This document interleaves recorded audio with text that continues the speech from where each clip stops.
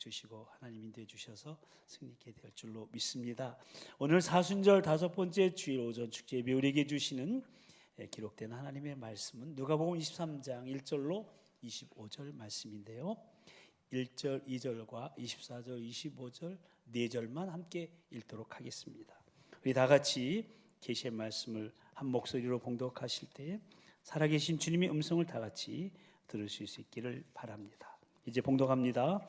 무리가 다 일어나 예수를 빌라도에게 끌고 가서 고발하여 이르되 우리가 이 사람을 보매 우리 백성을 미혹하고 가이사에게 세금 바치는 것을 금하며 자칭 왕 그리스도라 하더이다 하니, 이에 빌라도가 그들이 구하는 대로 하기를 언도하고 그들이 요구하는 자 곧 밀란과 살인으로 말미암아 옥에 갇힌 자를 놓아주고 예수는 넘겨주어 그들의 뜻대로 하게 하니라. 아멘. 우리는 지금 삼위일체 하나님에 대한 고백을 이루어진 사도신경에 대한 말씀을 나누는 중에 성부 하나님에 이어서 성자 예수님에 대한 부분을 지금 살펴보고 있는데요.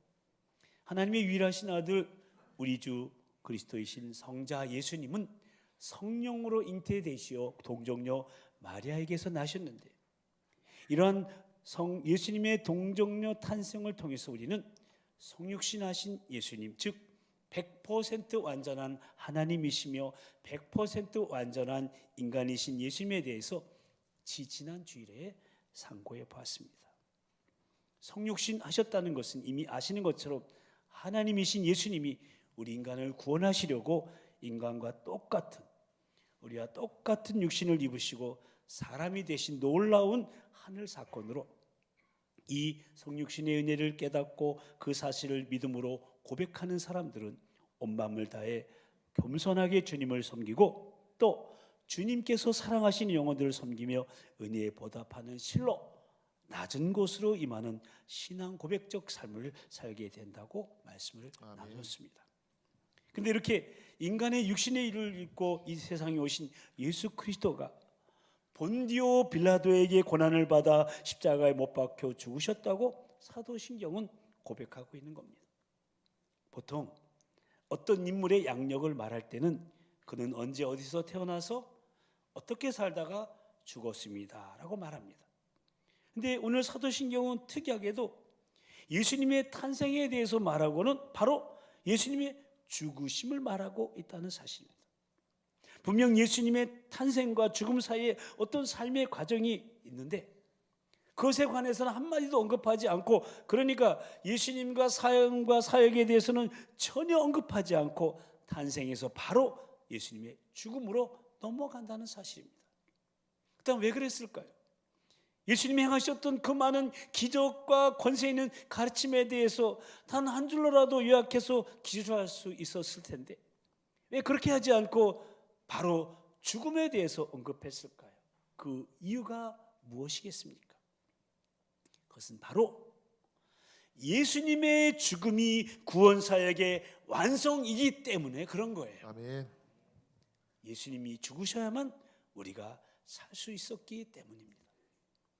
예수님께서 행하셨던 그 많은 기적, 그 권세 있는 가르침은 예수님이 하나님이시라는 것을, 그리고 하나님의 나라와 그 의를 보여주시기 위함이었고, 그래서 의로운 하나님의 나라와 불의한 세상 나라는 충돌할 수밖에 없다는 것을 우리에게 가르치시기 위함이었고, 하지만 그 가르침과 그런 기적의 사건들만 가지고는 구원을 이룰 수 없기 때문에 죄인인 우리를 하나님 나라의 거룩한 백성으로 살게 하기 위해서 그 죄를 없애야만 하셨기에, 그러기 위해서는 죄의 형벌인 죽음은 피할 수 없는 것이기에 예수님께서 우리를 대신하여 죽으신 것입니다.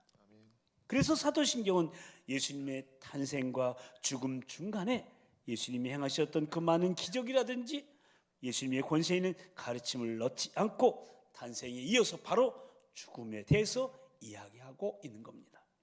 그러면서 예수님의 죽음에 관련된 한 인물로 본디오 빌라도라는 이름을 거론하면서 예수님이 본디오 빌라도에게 고난을 받으셨다고 고백하고 있는 겁니다. 그렇다면 여러분, 왜 하필이면 빌라도라는 그 이름이 거론되고 있을까요?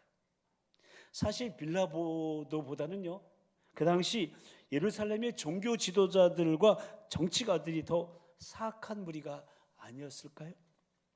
오히려 빌라도는 예수님의 무죄를 선고했고 몇 번이나 예수님을 석방하려고 노력하지 않았습니까? 그럼에도 불구하고 어찌하여 그 많은 적대자들 가운데 빌라도의 이름만이 사도신경에 선명히 남아있어 오고 오는 수많은 성도들에 의해서 저주스러운 이름으로 끊임없이 불려지게 된 것일까요? 빌라도는 예수님 당시 유대 지방을 다스리는 로마에서 파송한 총독이었습니다. 로마 본국에는 황제 시저 가이사가 있고요, 그 밑에 13명의 총독들이 각각 식민지를 맡아서 황제를 대리해서 통치하고 있었는데 그 중에 한 명이 바로 이 빌라도였습니다.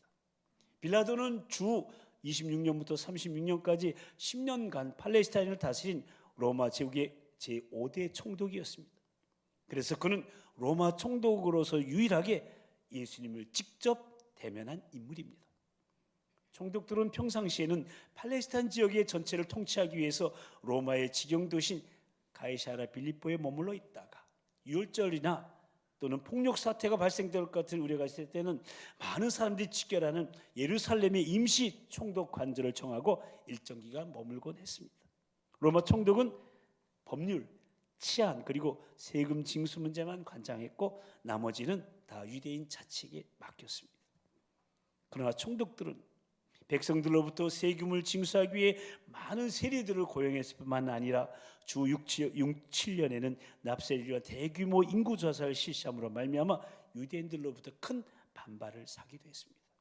그 결과 사도행전 5장 36절 37절에 보면 드다란 인물, 또 유다란 인물이 저항운동을 일으킨 그런 것도 기록되어 있습니다. 한번 사도행전 5장 36절 37절 말씀 함께 읽어보실까요? 시작. 이전에 드다가 일어나 스스로 선전하며 사람이 약 400명이나 따르더니 그가 죽임을 당하며 따르던 모든 사람들이 흩어져 없어졌고 그 호족할 때에 갈릴리의 유다가 일어나 백성을 깨어 따르게 하다가 그도 망한즉 따르던 모든 사람들이 흩어졌느니라. 아멘. 또한 총독들은 또 하나 온 유대 통치를 원활하게 하기 위해서 유대 사회의 최고 지도자인 대제사장 임명권도 갖기도 했어요. 그래서 예수님을 신문했던 대제사장 가야바도 로마 총독에 의해서 임명된 겁니다. 이렇듯 예수님의 공생의 기간과 직접 연관된 본디오 빌라도는 유대인 역사가 요세푸스에 따르면 유대인들로부터 극심한 미움을 받던 인물이었어요. 왜냐하면 그는 유대인들의 종교적 감정을 무시하고 이교도의 신상이 새겨진 동전을 새긴다든지 황제들의 조각상과 로마 군대의 깃발을 예루살렘에 반입한다든지 그뿐만 아니라 로마 신들의 이름과 형상이 조각된 황금 방패를 성전에 들여다 걸기도 했고 상수도 건설을 위해서 성전세를 강제로 징수하기까지도 했습니다. 심지어 누가복음 13장 1절에 보면 그때 마침 두 사람이 와서 빌라도가 어떤 갈릴리 사람들의 피를 그들의 제물에 섞은 일로 예수께 아뢰었다는 기록이 있어요. 이 말이 무슨 말이냐면 빌라도 치하에 있는 로마 병정들이 성전에서 제사드린 갈릴리인들을 잔인하게 살해하는 일까지도 자행했다는 기록이죠. 당시 유대인은 로마의 통치지역 가운데 시리아 지역의 한 부분이었는데 빌라도는 시리아 지역에 속해 있는 유대 지역 행정 대리인으로서 있으면서 그 지역의 행정 책임과 재판권을 가지고 있었던 겁니다. 앞에서도 언급했지만 그의 본래 근무처는 가이사랴 빌립보에 있었습니다. 근데 유월절을 전후하여 폭동이 일어나는 것이라는 풍문으로 임시 총독 관저를 예루살렘으로 옮겨 놓을 때 예수님이 기소되어서 재판을 받게 되었고 그때 빌라도는 예수님을 대면하게 된 거예요. 그러니까 유대인의 명절인 유월절에 예수님께서 유대 사내들인 공회 앞에서 신문을 받으신 뒤에 빌라도에게 그 앞으로 끌려오시게 된 겁니다. 유대인들이 빌라도에게 예수님을 고소한 제목은 세 가지였어요. 첫째는 민중을 선동하여 반란을 일으키려 했다는 것. 둘째는 로마 황제에게 세금을 바치지 말라고 했다는 것. 셋째는 자칭 유대인의 왕이라고 했다는 거예요. 오늘 본문 2절에서도 알 수 있죠. 고발하여 이르되 우리가 이 사람을 보며 그 다음에 우리 백성을 미혹하고 라고 했죠. 이것이 첫 번째 민중을 선동하여 반란을 일으켰게 했다는 제목이고요. 그 다음에 가이사에게 세금을 바치는 것을 금하며라고 했는데 그것이 두 번째 로마 황제에게 세금을 바치지 말라고 했다는 제목이고, 그 다음 자칭 왕 그리스도라 하더이다라고 했는데 이거 세 번째 자칭 유대인의 왕이라고 했다는 제목인 겁니다. 사실 빌라도는 처음부터 예수님의 사건을 다룰 마음이 없었어요. 근데 때마침 예루살렘에 와 있던 갈릴리 지방의 영주 헤롯 안디바에게 예수님을 보내서 그에게 이 일을 또 맡기로 했어요. 그리고 헤롯은 오래전부터 예수님의 소문을 듣고 보기를 원했던지라 매우 기뻤어요. 그러나 그가 예수님을 만나기 원했던 진정한 이유는 인간적인 호기심 때문이었어요. 하지만 예수님이 그의 호기심을 충족시켜 주시지 않자 조롱하고 모욕한 뒤 다시 빌라도에게 되돌려 보냈습니다. 본래 빌라도하고 헤롯은 사이가 좋지 않았어요. 원수지간이었어요. 근데 이 사건에서는 두 사람이 마치 친구처럼 교류하는 것을 봅니다. 오늘 본문 6절에 12절까지 기록된 내용인데요, 11절과 12절 말씀 함께 읽어보실까요? 시작. 헤롯이 그 군인들과 함께 예수를 업신여기며 희롱하고 빛난 옷을 입혀 빌라도에게 도로 보내니 헤롯과 빌라도가 전에는 원수였으나 당일에 서로 친구가 되니라. 어쨌든 빌라도는 예수님을 신문에 보니까 예수님이 죄가 없으시다는 사실을 알게 되었어요. 그래서 그는 오늘 본문에서 알 수 있듯이 세 번이나 예수님의 무죄를 주장했습니다. 4절에서 내가 보니 이 사람에게 죄가 없도다. 14절에서도 이르되 너희가 이 사람이 백성을 미혹하는 자라 하여 내게 끌고 왔도다. 보라, 내가 너희 앞에서 신문하였을 때 너희가 고발하는 일에 대하여 이 사람에게서 죄를 찾지 못하였고, 22절에서도 빌라도가 세 번째 말하되 이 사람이 무슨 악한 일을 하였느냐, 나는 그에게서 죽일 죄를 찾지 못하였나니 때려서 놓으리라 하니, 이렇게 세 번씩이나 예수님의 무죄를 주장했습니다. 요한복음 18장 38절의 표현에 빌리자면 나는 그에게서 아무 죄도 찾지 못하였느냐라고 했습니다. 그러니까 빌라도는 예수님에게서 아무 죄도 찾을 수 없었던 겁니다. 오히려 놀랍게 여겼다고 마태와 마가는 증언하고 있음을 보게 됩니다. 마태복음에 보니까 이에 빌라도가 이르되 그들이 너를 쳐서 얼마나 많은 것으로 증언하는지 듣지 못하느냐 하되 한마디도 대답하지 아니하시니 총독이 빌라도가 크게 놀라워하는지. 마가복음 5장 15장에도 보면 빌라도가 또 물어 이르되 아무 대답도 없느냐, 그들이 얼마나 많은 것으로 너를 고발하였는가 보라 하되 예수께서 아무 말씀으로도 대답하지 아니하시니 빌라도가 놀랍게 여기더라. 그렇습니다. 빌라도가 볼 때 우리 예수님은 다른 일반 범죄자들하고 달랐어요. 빌라도는 오랫동안 이 로마의 재판을 주관해 왔지만 이렇게 자기 변명을 하지 않는 사람은 아직 한 번도 만난 적이 없었습니다. 빌라도는 그동안 극심하게 자기를 변명하는 반항자들을 보는데 익숙해져 있었습니다. 자비를 애원하며 탄원하는 비굴하고도 무섬에 떨고 있는 그런 사람들만 봐왔습니다. 그런데 예수님은 그들과 달랐어요. 변명하거나 애원하거나 타원하지 아니하시고 침묵하시며 냉정함과 평온함과 당당함을 유지하셨습니다. 그러니까 빌라도는 예수님에게서 자기를 음해하려고 죽이려는 자들에 대한 어떤 분노도 없어요. 또 고난과 죽음에 대한 어떤 두려움도 결코 찾아볼 수가 없었던 거예요. 그러니 빌라도는 그런 예수님을 놀랍게 여길 수밖에 없었던 거예요. 그는 예수님 앞에서 자기가 재판관이 아니라 오히려 피고인과 같은 것을 느꼈습니다. 그래서 그는 재판에 관여하기를 원하지 않았어요. 그는 유대인들에게 유대인끼리 이 문제를 처리하라고 말했습니다. 그러나 예수님은 정치적인 음모와 정부를 전복하려고 하는 계획을 지도했다는 혐의를 받고 있었기 때문에 빌라도는 그가 원하든 원하지 않든 상관없이 이 일을 처리하지 않을 수가 없었던 거예요. 하지만 빌라도는 예수님이 잘못이 없다는 것을 결코 의심하지 않았어요. 그래서 헤롯도 그냥 돌려보냈던 이유를 들어서 그냥 때려서 놓아주겠다고 합니다. 오늘 본문 15절 16절 말씀이 이제 함께 읽어보십니다. 시작. 헤롯이 또한 그렇게 하여 그를 우리에게 도로 보내었도다. 보라, 그가 행한 일에는 죽일 일이 없느니라. 그러므로 때려서 놓겠노라. 아멘. 그렇습니다. 빌라도는 예수님이 자신을 왕이라고 인정하긴 했지만 그가 로마 제국의 권세에 대해서 정치적으로 위협을 주는 그러한 종류의 왕이 아님을 알았어요. 그리고 빌라도는 예수님이 이렇게 끌려오게 된 것은 대제사장들의 시기심 때문이라는 것을 알고 있었어요. 마태복음 27장 18절에 이렇게 기록하고 있죠. 이는 그가 그들의 시기로 예수님을 넘겨준 줄 알미러라. 그래서 빌라도는 예수님을 구해줄 방도를 모색했어요. 마태복음 27장 15절에 보면 명절이 되면 총독이 무리의 청원대로 죄수한 사람을 놓아주는 전례가 있었음을 보게 되는데, 그러니까 우리나라의 8.15 광복절이라든지 대통령 취임이라든지 그러한 때에 감옥에 있는 사람들을 석방해주는 특별 사면의 관례처럼 그런 전례가 있었던 거예요. 그래서 빌라도는 예수님을 석방하자고 그들에게 제안을 합니다. 그러나 대제사장들의 충동으로 매수된 저 군중들이 밀란과 살인으로 말미암아 지금 옥에 갇혀 있는 그 악한 죄인 바라바를 놓아달라고 하고 예수님에게 십자가 처형을 요구했습니다. 그것이 오늘 본문 18절에 13절까지 내용이 되는데요, 20절 21절 말씀을 함께 읽어봅니다. 시작.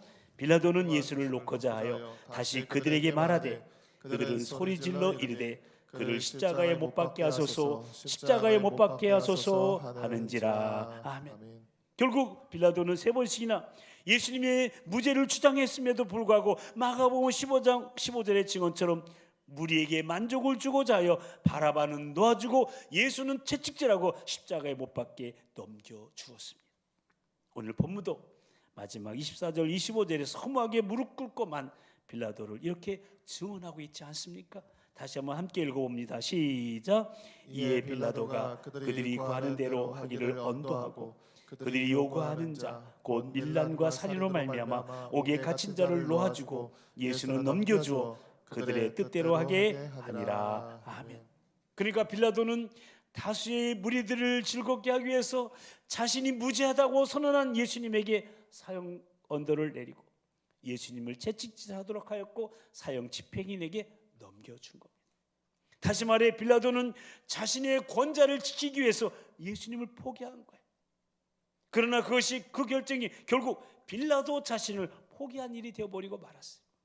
역사가 요스페스에 하면 결국 빌라도는 주 36년에 사마리아인 대학살 사건으로 해서 로마로 소환 조치하게 되었는데 그 와중에 자살함으로 생을 마치게 되었다고 합니다. 이렇게 해서 당시 세상에서 가장 강력한 세속적인 힘이었던, 즉 세상 나라의 상징이었던 로마 정부의 대행자가 영광의 주 예수님을 박해한 거예요. 그러니까 빌라도는 예수님 당시에 존재했던 역사적 인물로서 예수님을 고난당하게 한 장본인이 되었고 예수 그리스도를 거부하는 이 세상 나라를 대표하게 되었던 겁니다. 그러므로 사도신경에서 빌라도라는 이름이 거론되고 있는 것은 예수님의 죽음은 실제로 역사 속에서 일어났음을 입증하기 위함이고요. 더 나아가 하나님의 나라를 거부하는 세상 나라의 종국을 보여주기 위함인 것입니다. 그러니까 주 26년에서 36년 사이에 로마 지역의 유대 총독 빌라도의 통치하에서 예수님의 십자가 사건이 일어났으므로 예수님께서 역사적 존재임을 사도신경은 우리에게 확인해주고 있는 거예요. 예수님은 실존 인물이셨다. 아멘. 본디오 빌라도에게 고난을 받아라는 이 간결한 표현으로서 예수님의 인격과 예수님의 역사를 환상이나 신화나 상징으로 처리해보려는 일체의 시도들을 여지없이 무너뜨리는 것입니다. 그래서 복음서 기자들은 빌라도가 예수님을 살려주려고 애썼다는 사실을 여러 곳에서 증언하고 있지만 그럼에도 불구하고 사도신경은 예수님이 빌라도에게 고난을 받으셨다고 고백하고 있는 겁니다. 여러분, 사도신경을 보면은 대조를 이룬 두 사람의 이름이 거론되고 있어요. 바로 동정녀 마리아와 본디오 빌라도죠. 그들은 여성과 남성이라는 점에서 대조적일 뿐만 아니라 하나님의 구원 역사에 있어 차지하는 위치와 존재의 의미에서도 정반대입니다. 여러분, 마리아는요 하나님의 뜻을 받아들이고 순종함으로써 예수 그리스도를 통한 하나님의 구원 역사에 참여하게 됐어요. 빌라도는 자신의 야망과 권자를 지키기 위해서 세상과 야합함으로써 예수 그리스도를 거부했습니다. 그러니까 마리아는 자신의 것을 모두 포기하고 예수 그리스도의 잉태를 받아들임으로 모든 것을 얻었지만 빌라도는 예수 그리스도를 거부함으로 모든 것을 잃어버렸습니다. 그래서 마리아는 하나님의 은총을 입은 지극히 존귀한 인간성을 대표하게 되었으며 빌라도는 하나님의 은총을 거부한 비참한 인간성을 대표하게 된 겁니다. 이러한 역사의 현실 안에서 전개된 하나님의 구원의 역사의 이 지평에는 이 구원받은 사람들을 보면 막달라 마리아와 같은 창녀도 있었고요, 마태와 같은 세리도 있었고요, 베드로와 같은 어부도 있었고, 바울과 같은 박해자도 있었습니다. 좀 더 거슬러 올라가면 라합과 같은 기생도 있었고, 다말과 같은 여인도 있었습니다.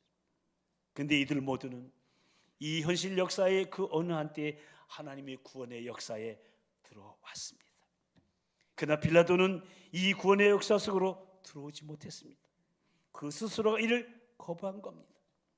이 세상 역사의 시점에서 예수님을 직접 대면한 빌라도는 예수님보다는 자신의 야망과 안전을 더 중요시했습니다.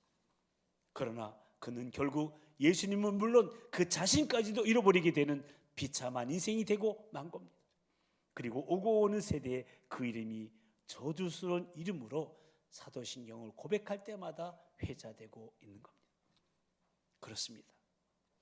예수님을 거부하는 것은 현재와 영원 모두를 잃는 것이며 결국 자신을 잃어버리는 겁니다. 왜냐하면 예수님을 거부하는 것은 자신이 죄인이며 자신이 하나님의 사랑이 필요한 사람이며 자신이 구원받아야 할 사람이라는 사실을 거부하는 것이기 때문에 그렇습니다. 그러므로 예수님을 거부하는 것은 참 인간 되기를 거부하는 것이요, 하나님의 약속하신 새로운 삶을 거부하는 거예요. 사랑하는 성도 여러분, 인간은 누구나 생의 여정에서 의도적이든 아니든 간에 하나님의 구원 역사에 초대를 받게 됩니다. 하나님께서 친히 찾아오셔서 우리의 마음의 문을 두드리십니다. 그때의 선택은 바로 우리 자신에게 달려있는 겁니다. 그래서 우리 주님은 이렇게 말씀하시는 거예요. 그 유명한 요한계시록 3장 20절 말씀 함께 읽어보실까요? 시작. 볼지어다 내가 문 밖에 서서 두드리노니 누구든지 내 음성을 듣고 문을 열면 내가 그에게로 들어가 그와 더불어 먹고 그는 나와 더불어 먹으리라. 아멘. 그러므로 우리 인간은 선택의 기로에 서 있어요. 마리아의 선택을 할 것이냐 아니면 빌라도의 선택을 할 것이냐, 생명과 축복의 길을 선택할 것이냐 아니면 사망과 저주의 길을 선택할 것이냐, 둘 중에 하나입니다. 근데 여러분, 저와 여러분은 오늘 이 시간 이렇게 주님 앞에 나와 예배 드리며 사도신경을 통해 본디오 빌라도에게 고난받으신 예수님을 고백하는 자 되었으니 얼마나 감사한지 모릅니다. 아멘. 할렐루야. 그런데 우리는 결코 한 가지 말해야 할 것이 있어요. 빌라도는 분명 예수님의 무죄를 선고했다는 사실입니다. 그는 예수님이 아무 죄도 없으시다는 것을 알았습니다. 그리고 오히려 그 예수님 앞에 선 자신이 재판관이 아니라 피고인같이 느낄 정도로 예수님의 권위에 놀라워하기도 했습니다. 더군다나 예수님을 놓아주려고 애를 쓰기도 했습니다. 그러나 결국 그는 자신의 야망과 권좌를 지키려고 예수님을 거부한 인생이 되고 말았습니다. 그리고 예수님을 거부함으로 지킬 줄 알았던 그 야망과 권좌는 물거품처럼 사라지고 자신도 잃어버리는 결과를 초래하게 되었습니다. 실로 예수님을 거부함으로 자신도 거부된 인생이 되고 만 겁니다.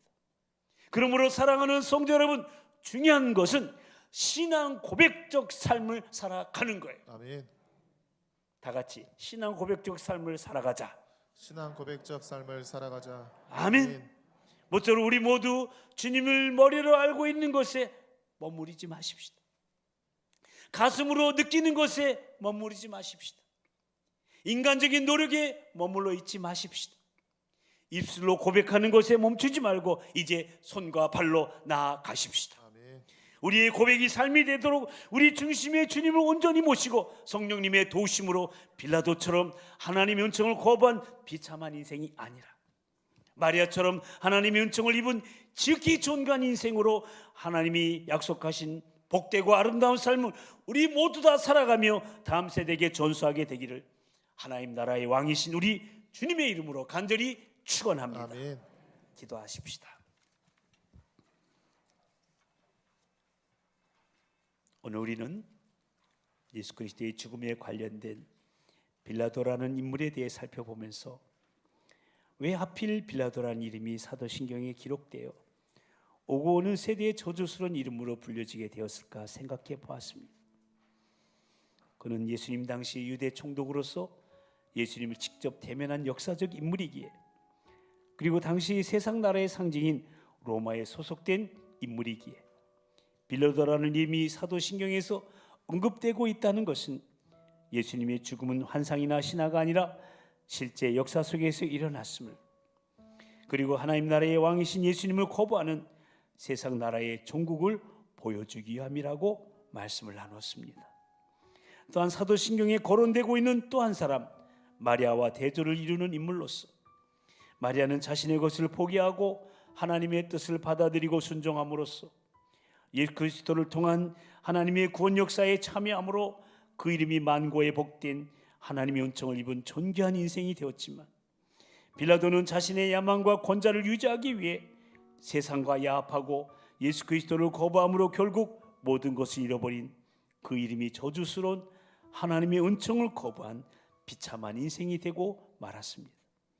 빌라도는 예수님이 아무런 죄도 없는 것을 알았고 뿐만 아니라 그 권위에 놀라하기도 했고 3번씩이나 무죄를 선고하며 풀어주려고도 했습니다. 그러나 결국 자신을 포기할 수 없어서 예수님을 거부하고 만 것입니다. 우리 이 시간 기도하십시다. 어떤 상황에서도 하나님의 나라를 포기하지 않게 해달라고, 하나님 나라의 왕이신 예수님을 받아들이며 그분의 다스림을 받게 해달라고, 빌라도처럼 알면서도 느끼면서도 인간적인 노력은 하면서도 결국은 하나님 예수님을 거부한 그런 비참한 인생이 아니라 우리의 삶이, 우리의 고백이 삶이 되는 그런 신앙 고백적 삶을 살아가게 해달라고, 마리아처럼 자신을 포기하고 하나님의 뜻에 순종함으로 하나님의 구원 역사에 참여하며 만고의 복된 이름으로 남는 존귀한 인생을 살기 원하오니 성령님 우리를 붙드시고 그런 하나님의 은총을 입는 삶으로 인도해 달라고, 그런 삶을 날마다 선택하며 살아갈 수 있도록 도와달라고, 이 시간 왕이신 우리 주님 한번 부르시고 다 같이 통성으로 기도하시겠습니다.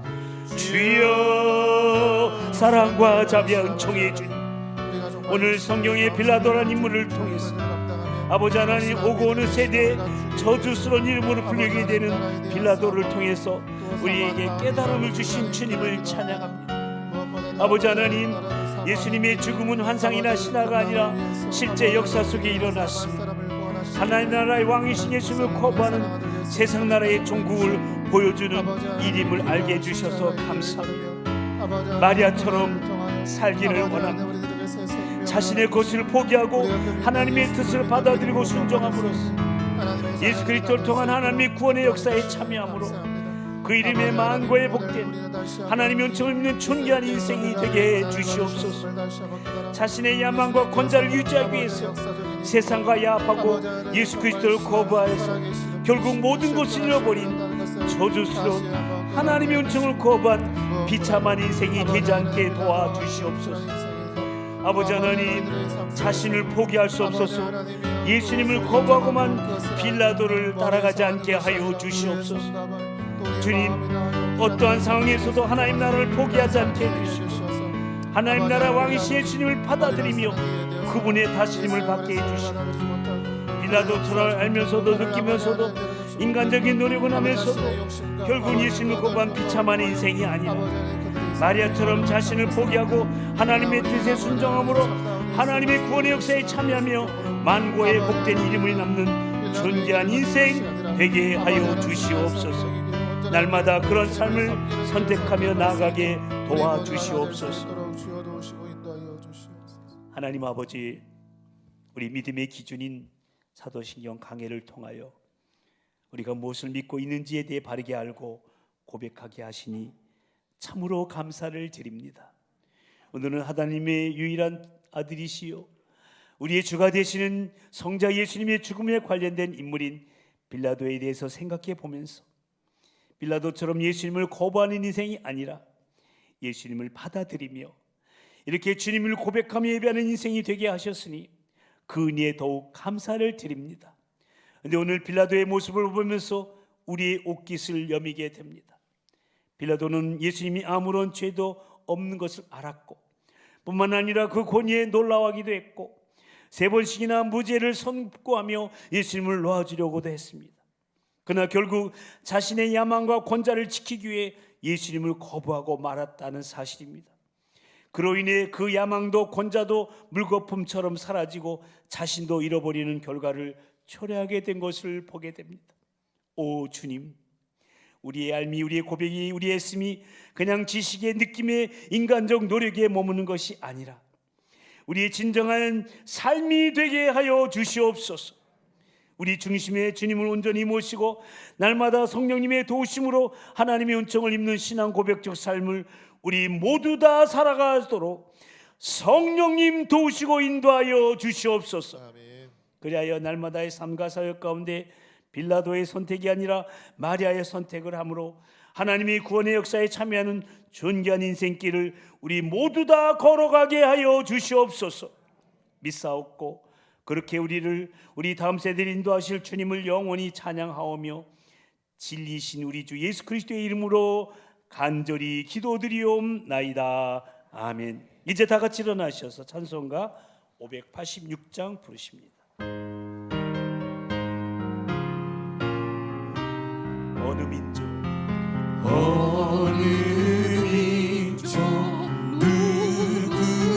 누구게나 결단할 때 있나니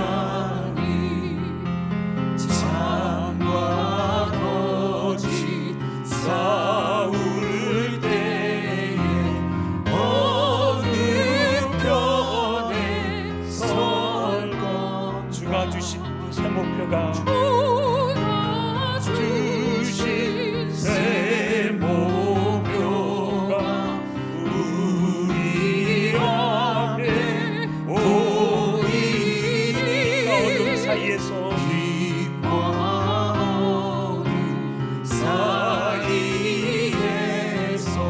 선택하며 살리 고상하고 아름답다. 진리편에 서는 일 아름답다. 진리편에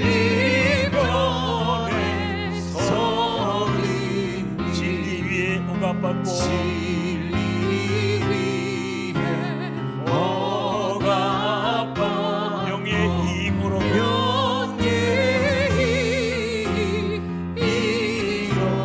비겁한 자 물러서나 용감한 자 굳세게 물러서나 용감한 자 굳세게 낙심한 자 돌아오는 그날까지 서리라.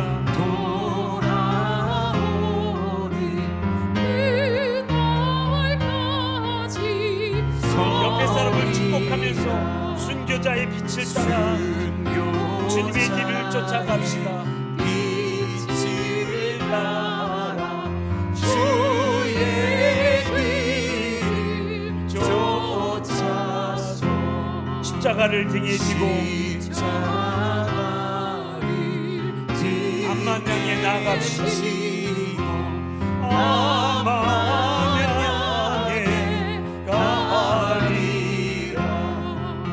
새 시대는 새 사명을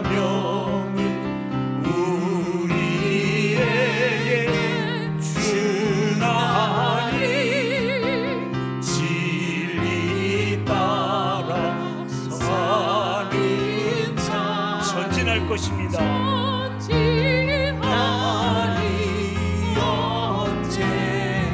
악이 비록 성하여도 진리 더욱 강합니다.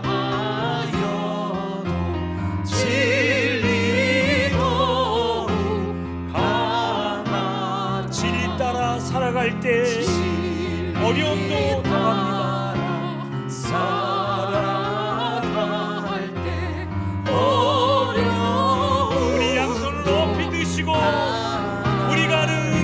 껍질에 어두운 장막 덮친다 해도 어두운 장막 덮쳐도 하나님이 함께 계셔.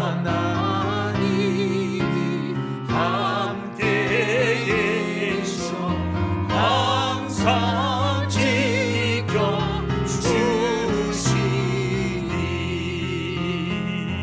아멘.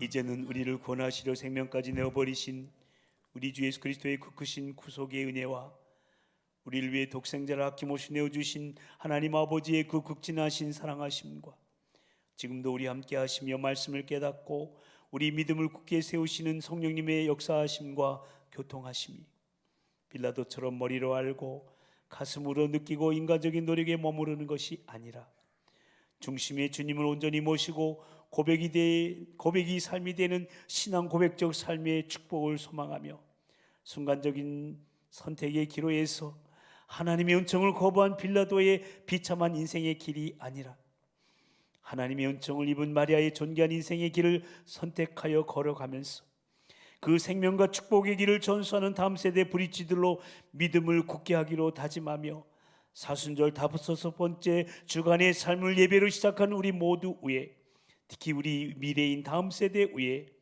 이제부터 영원토록 함께하여 주옵시기를 간절히 축원하옵나이다. 아멘.